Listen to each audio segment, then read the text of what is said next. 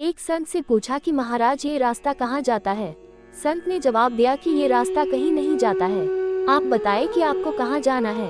व्यक्ति ने कहा कि महाराज मुझे मालूम ही नहीं है कि जाना कहाँ है। संत ने कहा कि जब कोई लक्ष्य ही नहीं है तो फिर रास्ता कोई भी हो उससे क्या फर्क पड़ता है, आप भटकते रहिए। जिस व्यक्ति के जीवन में कोई लक्ष्य नहीं होता वह अपनी जिंदगी तो जीता है, लेकिन वह इसी राहगीर की तरह यहाँ वहाँ भटकता रहता है। दूसरी ओर जीवन में लक्ष्य होने से मनुष्य को मालूम होता है कि उसे किस दिशा की ओर जाना है।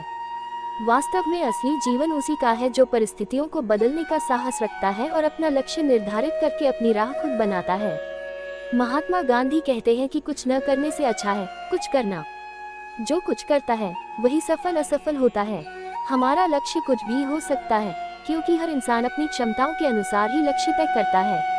विद्यार्थी के लिए परीक्षा में प्रथम आना तो नौकरी पेशे वालों के लिए पदोन्नति पाना, जबकि किसी गृहिणी के लिए आत्मनिर्भर बनना उसका लक्ष्य हो सकता है। हालांकि हर मनुष्य को बड़ा लक्ष्य तय करना चाहिए, लेकिन उसे प्राप्त करने के लिए छोटे छोटे लक्ष्य बनाने चाहिए। जब हम छोटे छोटे लक्ष्य रखते हैं और उन्हें हासिल करते हैं तो हमें बड़े लक्ष्यों को हासिल करने का आत्मविश्वास आ जाता है। स्वामी विवेकानंद कहते हैं कि जीवन में एक ही लक्ष्य बनाओ और दिन रात उसी लक्ष्य के बारे में सोचो।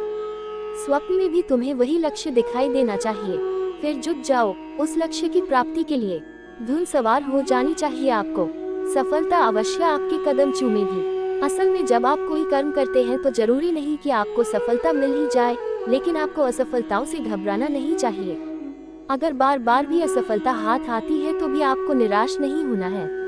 इस बारे में विवेकानंद कहते हैं, 1000 बार प्रयास करने के बाद यदि आप हार कर गिर पड़े हैं तो एक बार फिर से उठे और प्रयास करें।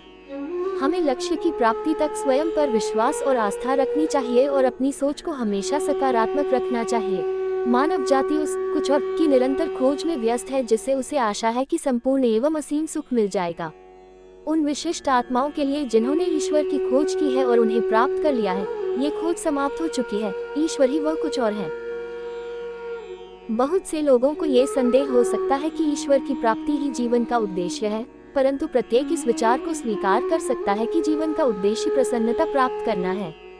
मैं कहता हूँ कि ईश्वर सुख हैं, वे परमानंद हैं, वे प्रेम हैं, वे वह आनंद हैं जो आपकी आत्मा से कदापि दूर नहीं जाएगा।